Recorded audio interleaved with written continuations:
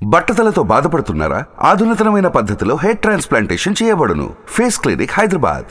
నమస్తే, నేను Keshav. Welcome to Suman TV. Janasena, Telugu Desam, Bharatiya Janata party కూటమిగా ఏర్పడినప్పటికీ కూడా సీట్ల సర్దుబాటు విషయంలో కానీ, అభ్యర్థుల ఎంపిక విషయంలో కానీ సమస్యల జడివాన ఆరని పరిస్థితి కనిపిస్తుంది. ఇప్పుడు బీజేపీ అసెంబ్లీ స్థానాలకు సంబంధించి 10 మంది అభ్యర్థుల్ని ప్రకటించేసింది. ఇప్పటివరకు ఏ అసెంబ్లీ సీట్లు తీసుకోబోతోంది అనేటువంటి చర్చ నడిచింది. అయితే అసెంబ్లీ స్థానాల ప్రకటన తర్వాత అసెంబ్లీ సీట్లపైన క్లారిటీ వచ్చింది. అభ్యర్థుల విషయంలో జరుగుతున్నటువంటి పరిణామాలపైన కూడా తీవ్ర చర్చ జరుగుతుంది. ప్రధానంగా తెలుగుదేశం పార్టీ అధికారికంగా ఇప్పటికే అనౌన్స్ చేసిన 2 నియోజకవర్గాల్లో కూడా బీజేపీ అభ్యర్థులను ప్రకటించడం, అలానే తెలుగుదేశం పార్టీకి సంబంధించినటువంటి అభ్యర్థుల ప్రకటన తర్వాత కనీసం నియోజకవర్గంలో మార్పు జరుగుతుందనేటువంటి సూచన కూడా ఇవ్వకుండా బీజేపీ అభ్యర్థులను పెట్టడం పైన తెలుగుదేశం పార్టీలో చిచ్చు రాజుకున్నటువంటి పరిస్థితి. అసలు 10 మంది అభ్యర్థుల్ని ఏ క్రైటీరియా ప్రకారం బీజేపీ అనౌన్స్ చేసింది? తెలుగుదేశం నుంచి వస్తున్నటువంటి అభ్యంతరాలు, ముఖ్యంగా తీవ్రమైనటువంటి అభ్యంతరాలు వ్యక్తం చేస్తున్నటువంటి కొన్ని నియోజకవర్గాల విషయంలో రాష్ట్ర వ్యాప్తంగా చర్చ జరుగుతుంది. ఎందుకు అక్కడ అభ్యంతరాలు వస్తున్నాయనేటువంటి అంశాలను విశ్లేషించేటువంటి ప్రయత్నం చేద్దాం. మొత్తం 10 అసెంబ్లీ స్థానాలకు సంబంధించి 6 లోక్సభ స్థానాలపైన క్లారిటీ ఉంది. 10 అసెంబ్లీ స్థానాలకు సంబంధించినటువంటి ప్రకటన భారతీయ జనతా పార్టీ ఇప్పటికే చేసింది. మొత్తం ఆంధ్రప్రదేశ్లో జరుగుతున్నటువంటి ఎన్నికల సినారియోలో ముఖ్యంగా 3 పార్టీల కూటమిలో దాదాపుగా 95% అభ్యర్థుల ఫిక్స్ అయిపోయినటువంటి పరిస్థితి.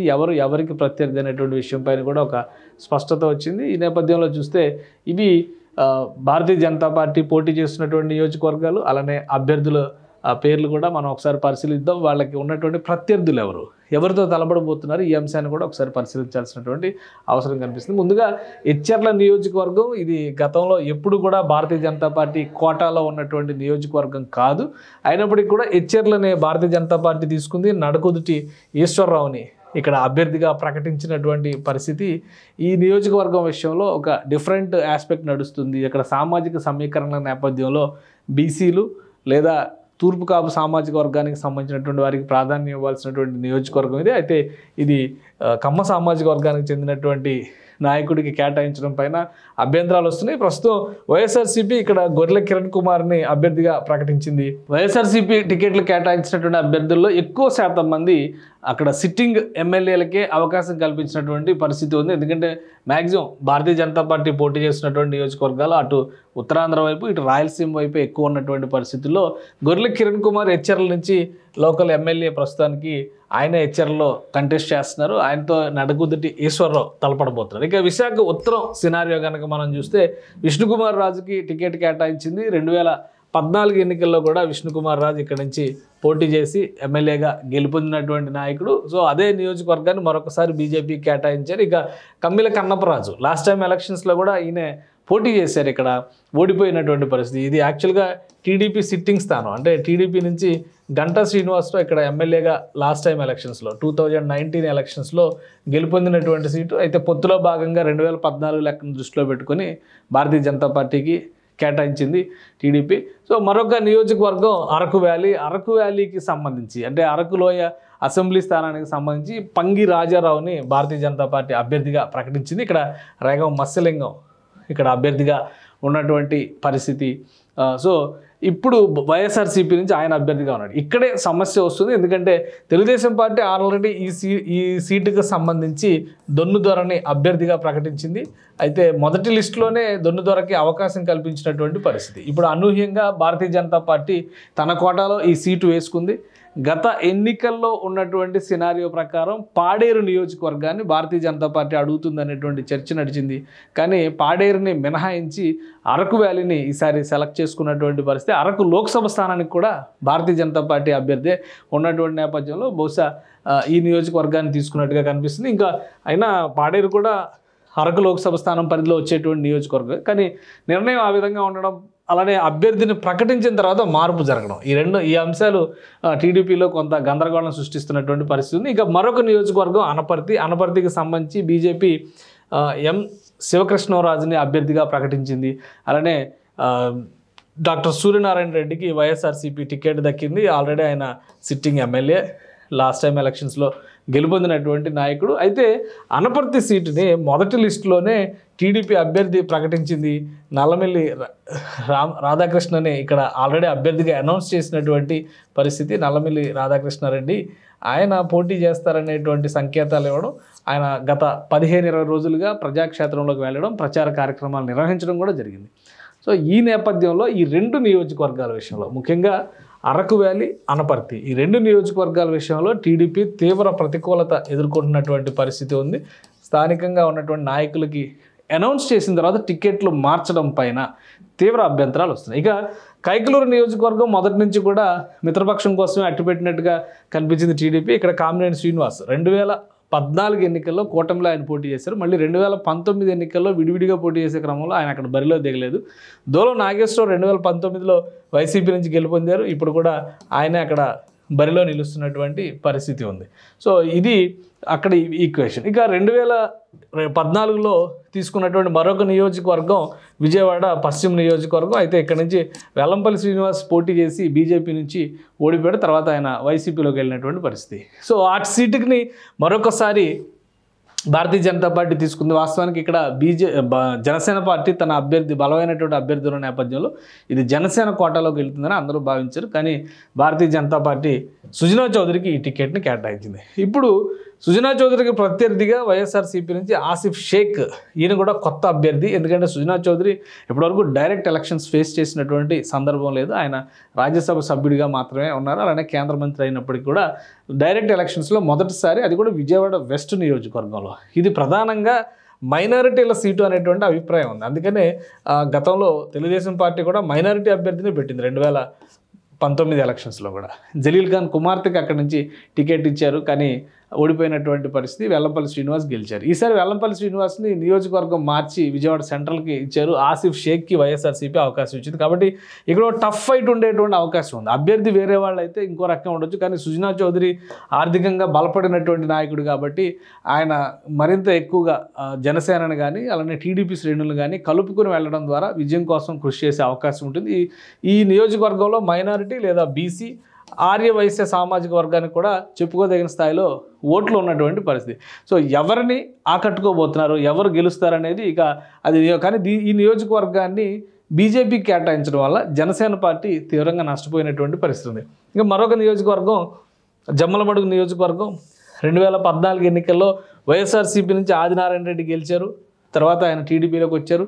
2019 ఎలక్షన్స్ తర్వాత ఆయన బీజేపీలోకి మారినటువంటి పరిస్థితి. ఈసారి టికెట్ ఆయనకే కేటాయించింది భారతీయ జనతా పార్టీ. అక్కడ మూలే సుధీర్ రెడ్డి ఆల్రెడీ సిట్టింగ్ ఎమ్మెల్యేగా ఉన్నటువంటి నాయకుడిని బరిలోకి దింపినటువంటి పరిస్థితి. ఇక బద్వేలు ఎస్సీ రిజర్వ్డ్ నియోజకవర్గం భారతీయ జనతా పార్టీ బొజ్జా రోషన్ అనే బరిలో దింపింది. అక్కడ కూడా భారతీయ జనతా పార్టీ నుంచి సురేష్ పేరు బాగా వినిపించింది, కానీ చివరి నిమిషంలో రోషన్కి దక్కినటువంటి పరిస్థితి. ఇక డాక్టర్ దాసరి సుధా ఇక్కడ ప్రత్యర్థిగా ఉన్నటువంటి పరిస్థితి వైఎస్ఆర్సీపీ. ఇక ధర్మవరం నియోజకవర్గం కూడా క్రిటికల్ కాన్స్టిట్యున్సీ కింద మనం చూడాల్సి ఉంటుంది. ఇక్కడ కేతిరెడ్డి వెంకటరామరెడ్డి వైఎస్ఆర్సీపీ అభ్యర్థి, ఆయనకు ప్రత్యర్థిగా భారతీయ జనతా పార్టీ తీసుకున్నటువంటి ఈ సీట్లో సత్యకుమార్ని అనౌన్స్ చేసింది. అయితే అక్కడి నుంచి వరదాపురం సూరి భారతీయ జనతా పార్టీ నుంచి అలానే జనసేన పార్టీ నాయకులు కూడా ఈ సీటు కోరినటువంటి పరిస్థితి ఉంది. ఫైనల్గా సత్యకుమార్కి ఈ సీటు దక్కింది. ఇక 10వ seat Bharatiya Janata party announce చేసింది, ఆదోని సీటు.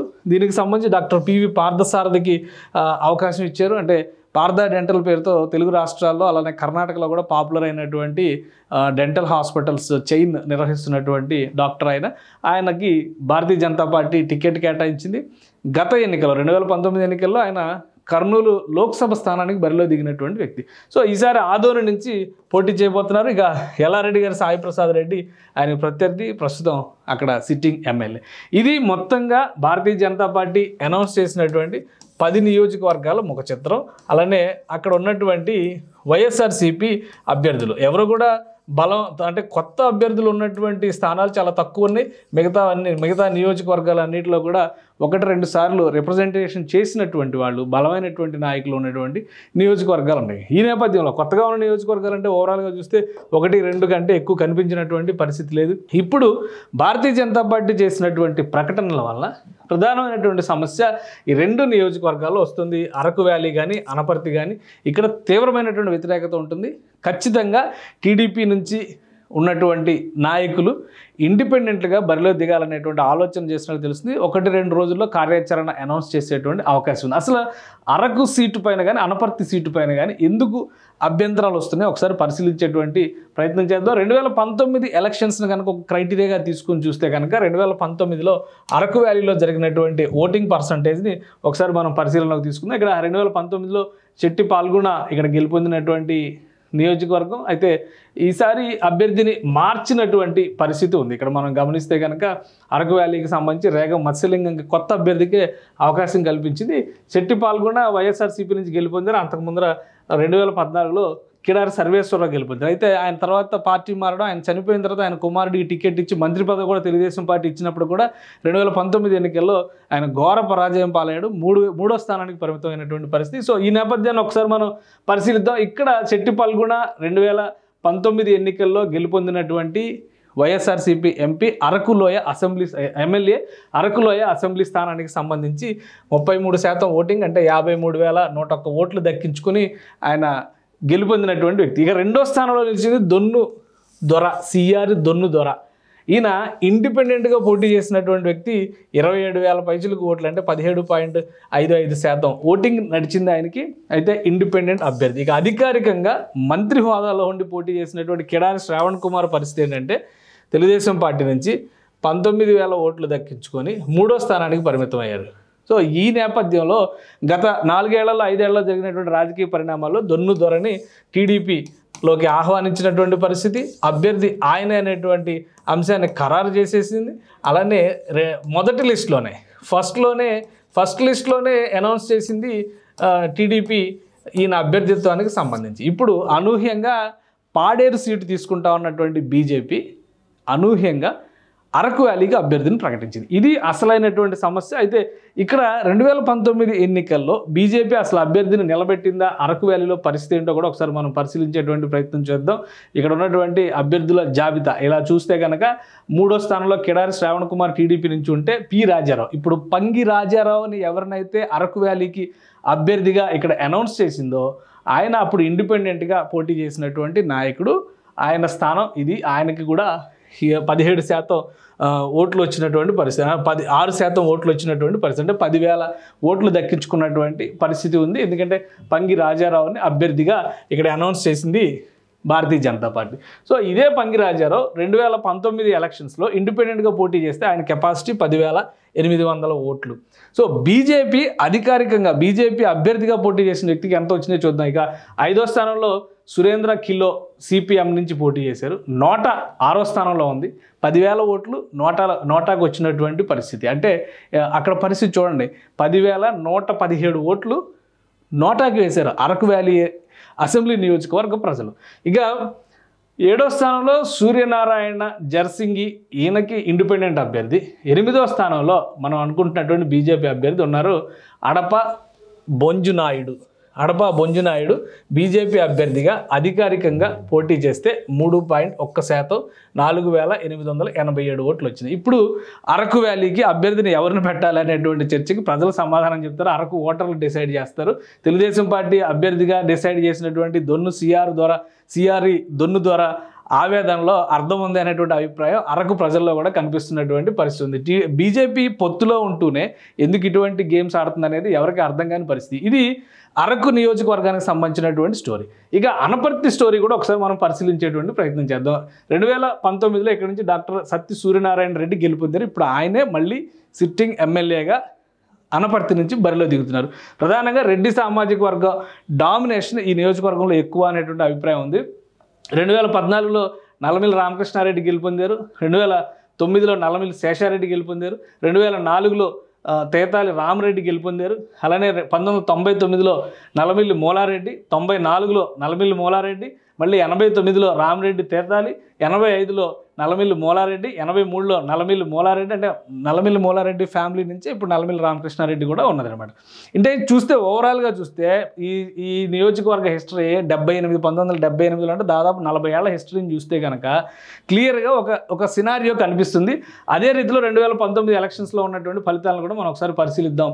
డాక్టర్ సత్తి సూర్యనారాయణ రెడ్డి గెలుచుకున్నటువంటి ఓటు పర్సంటేజ్ చూస్తే ఇక్కడ 59% ఉంది. అంటే థంపింగ్ విక్టరీ ఒక రకంగా చెప్పాలంటే వైఎస్ఆర్సీపీ 1,11,771 ఓట్ల ఆధిపత్యం సాధించినటువంటి పరిస్థితి. మెజారిటీ కాదు, అది ఆధిపత్యం. ఓవరాల్గా అన్ని ఓట్లు దక్కించుకుని మెజారిటీ దగ్గర 50,000 కనిపిస్తుంది. ఎందుకంటే ఇక్కడ నల్లమిల్లి రామకృష్ణారెడ్డి టీడీపీ అభ్యర్థిగా పోటీ చేసి 56,4 వచ్చిందంటే 30%, దగ్గర 29% వేరియేషన్ కనిపిస్తుంది అనమాట ఇక్కడ ఓటు పర్సంటేజ్లో. ఎందుకంటే ప్రభుత్వ వ్యతిరేకత కావచ్చు, అభ్యర్థి పట్ల వ్యతిరేకత కావచ్చు, 2014-19 మధ్య కాలంలో తెలుగుదేశం ప్రభుత్వం ఉంది కాబట్టి. సో అది సినారియో. ఇక మూడో స్థానంలో జనసేన పార్టీ అభ్యర్థి ఇక్కడ ఉన్నటువంటి పరిస్థితి. రేలంగి నాగేశ్వరరావు జనసేన పార్టీ తరఫున పోటీ చేశారు. 6.88%, 12,842 ఓట్లు దక్కించుకున్నటువంటి పరిస్థితి. 2019లో ఏ పార్టీకి ఆ పార్టీ వేరువేరుగా పోటీ చేసింది కాబట్టి అది సినారియో. ఇక తర్వాత 4వ స్థానంలో ఉంది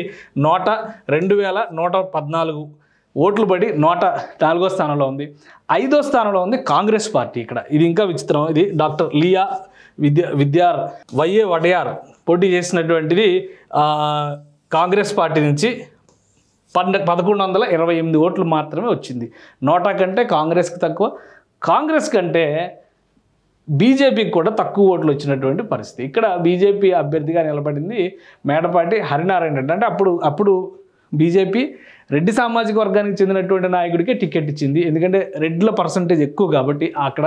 కానీ ఆయన కూడా కేవలం 627 ఓట్లు దక్కించుకొని 0.34%తో నోటా కంటే కాంగ్రెస్ కంటే తక్కువ స్థాయిలో వచ్చినటువంటి ఓట్లు మేడపాటి హరినారాయణ రెడ్డికి వచ్చింది. ఇది బీజేపీ అభ్యర్థి 2019 ఎలక్షన్స్ సినారియో చూస్తే. ఇప్పుడు ఈ సీటుని తీసుకొచ్చి భారతీయ జనతా పార్టీ అభ్యర్థిని పెట్టింది. ఈసారి ఏకంగా శివకృష్ణరాజుకి శివకృష్ణరాజు అనేటువంటి అభ్యర్థికి కేటాయించారు. అక్కడ సామాజిక వర్గ పరంగా కూడా మ్యాచ్ అయ్యేటువంటి విషయం కాదు.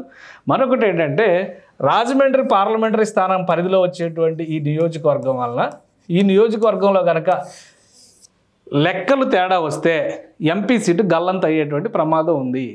ఈ నేపథ్యంలోనే 2009 లెక్కల్లో కూడా కేవలం అనపర్తిలో జరిగినటువంటి ఓటింగ్ వల్ల అప్పటి వరకు జరిగిన అన్ని రౌండ్లలో తెలుగుదేశం పార్టీ అభ్యర్థిగా ఉన్న మురళీమోహన్ లీడ్లో ఉన్నప్పటికీ చివరి రౌండ్లో అనపర్తిలో వచ్చినటువంటి ఓటింగ్ వలన పూర్తిగా రివర్స్ అయినటువంటి సినారియో. ఓవరాల్గా 4,000-5,000 ఓట్ల తేడాతో ఆయన ఓటమి పాలైనటువంటి పరిస్థితి. సో ఇప్పుడు కూడా ఇక్కడ బీజేపీ అభ్యర్థి రాజమండ్రి నుంచి పురంధేశ్వరి పోటీ చేస్తున్నటువంటి క్రమంలో అనపర్తి నుంచి ముందు సోము వీర్రాజు పోటీ చేస్తారనేటువంటి ప్రచారం జరిగింది. సోము వీర్రాజు అక్కడ ఉన్నటువంటి లెక్కల ప్రకారం చూస్తే ఆయన పోటీ చేయడానికి సుముఖంగా లేరు అనేటువంటి సంకేతాలు ఇచ్చిన తర్వాత పంతానికి శివకృష్ణరాజుని అనౌన్స్ చేశారు. ఎందుకంటే మొదటి లిస్టులోనే అవకాశం పొందినటువంటి నల్లమిల్లి రామకృష్ణారెడ్డి ఆల్రెడీ ప్రచారంలో ముందుకెళ్తున్నటువంటి తరుణం ఇక్కడ సడన్గా ఈ మార్పు జరిగినటువంటి నేపథ్యంలో అక్కడ తీవ్రమైనటువంటి వ్యతిరేకత ఏర్పడింది. ఈ 2 నియోజకవర్గాలు కొన్ని ఉదాహరణలు మాత్రమే. ఇవే కాకుండా ఆల్రెడీ 2014లో భారతీయ జనతా పార్టీ గెలుపొందిన నియోజకవర్గాల్లో పర్సంటేజ్ కూడా 2019లో దారుణంగా పడిపోయినటువంటి పరిస్థితి ఉంది. ఇప్పుడు కేవలం కూటమిని నమ్ముకుని వెళ్తున్నటువంటి తరుణంలో ఇలా నియోజకవర్గాల్లో చేస్తున్నటువంటి గందరగోళం వలన ఆ నియోజకవర్గ పరిధిలో ఉన్నటువంటి ముఖ్యంగా పార్లమెంటరీ పరిధిలో ఉన్నటువంటి నియోజకవర్గాలపైన కూడా ఆ ప్రభావం పడుతుంది అనేటువంటి ఆవేదనని కూటమిలో ఉన్నటువంటి పార్టీల నాయకులు తెలియజేస్తున్నటువంటి పరిస్థితి ఉంది. వేటిని పట్టించుకోకుండా యథాతథంగా ఈ లిస్టుతోనే ముందుకు వెళ్తే కనుక ఖచ్చితంగా ఆయా నియోజకవర్గాల్లో ఉన్న నాయకులందరూ కూడా తిరుగుబాటు అభ్యర్థులుగా బరిలో దిగేటువంటి అవకాశాలు అయితే స్పష్టంగా కనిపిస్తున్నాయి. భారతీయ జనతా పార్టీ దీన్ని సమీక్షించుకోకుండా మాది జాతీయ పార్టీ, జాతీయ స్థాయిలో నిర్ణయం అంటూ గల్లీ పాలిటిక్స్ జరుగుతున్నాయి అనేటువంటి విమర్శలు కూడా వినిపిస్తున్నటువంటి తరుణంలో కూటమి విషయంలో కొన్ని జాగ్రత్తలు తీసుకోక తప్పనిసరి అనేటువంటి హెచ్చరికలు క్షేత్రస్థాయి నుంచి వస్తున్నాయి. ఇక భారతీయ జనతా పార్టీ కానీ కూటమిలో ఉన్నటువంటి పార్టీల అధినేతలు కానీ ఎటువంటి నిర్ణయాలు తీసుకుంటారో వేచి చూడాలి. సుమన్ టీవీలో మీ పర్సనల్ అండ్ బిజినెస్ ప్రమోషన్స్ కోసం కింది నెంబర్కి కాంటాక్ట్ చేయండి.